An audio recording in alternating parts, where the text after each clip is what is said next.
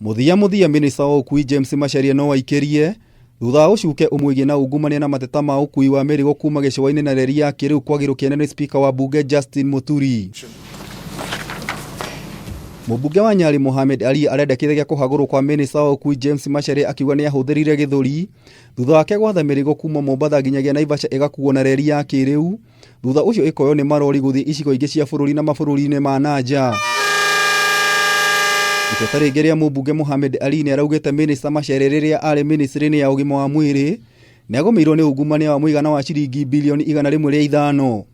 No kuringana na Muturi, ona gutuika Mohamed Ali ni arakinyitie irore 90 iria ciendekanaga niguo kuhagura minister, ndanahota kuruta wira wigie ungumania wa minister MACHARIA na bunge ndigukorwo ikimuhunga mahuri. So the speaker has made his ruling today. I respect his ruling, but again he says thutha wa itua riri Mohamed Ali ni augite ni ahete itua ria speaker gitio no ndanaiganira nario amu macio timo marari matanya make. I have a lot of evidence here against CS MACHARIA, and this evidence were to be tabled in the floor of the house.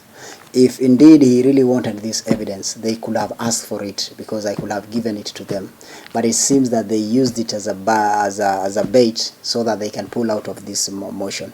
I'm going to do a letter. I'm going to attach all this evidence and give it to him. But my question is, even if I attach this evidence to him and give it to him, will he understand what is in the evidence? Gatagati ka abunge aria marekirite kirore kuhagura MACHARIA ni mareheretie thaini ciao. So yes, this was meant for the floor of the house, but if he says the standing order allows evidence to be attached, we shall attach today and give it to him today and see now if there will be any other reason to deny me the opportunity to impeach the CS for transport, Mr. James MACHARIA. Ngiribotera Kameme TV, Jeta Gitau wa Wanjiku.